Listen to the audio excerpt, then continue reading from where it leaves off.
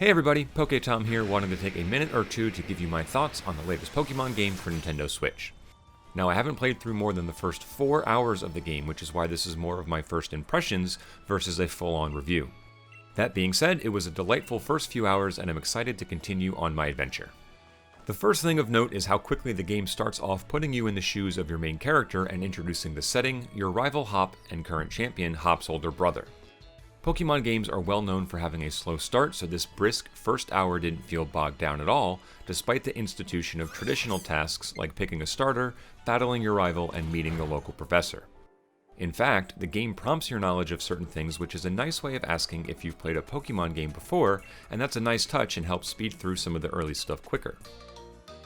By the time I got my Pokédex, I had already battled my rival twice, some trainers on a short route, and caught every brand new Pokemon I saw.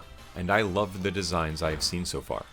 Say what you will about the removal of the National Pokédex, the Pocket Monsters I have come across so far have been really nicely designed, and it'll be nice to have a nice, focused set of new monsters to learn about. Sure, it was nice to fish up a Magikarp or be given a Meowth and Pikachu, but the new designs so far have been really great and spark of personality. Even the lowly Skwovet, a cute, squirrel-inspired grass Pokemon, has a tinge of mischief to his smile.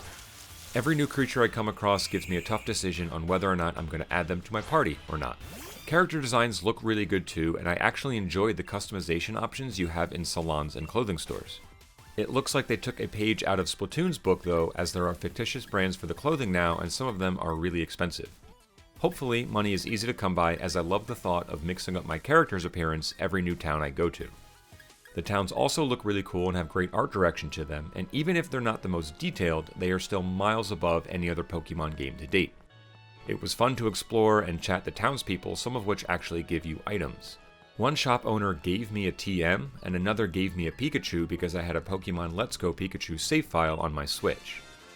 I felt even more compelled to talk to everybody I saw because of this. As I approached the cusp of my first gym, I spent some time in the Wild area, Sword and Shield's open world space. While it played a little choppy, that could have been because I opted to connect to the internet and have real people pop up in-game.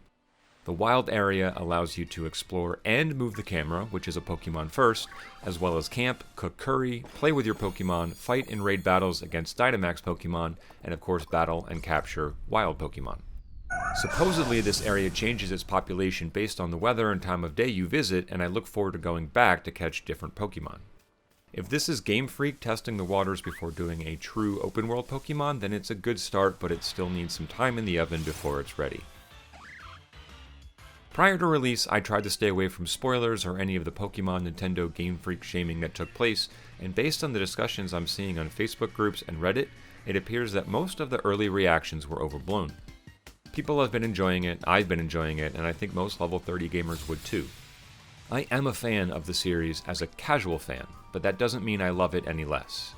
And so if you'll excuse me, I have some gym badges to go earn. For more on Pokemon and other gaming goodness for the busy adult gamer, keep it locked in here to Level 30 Games.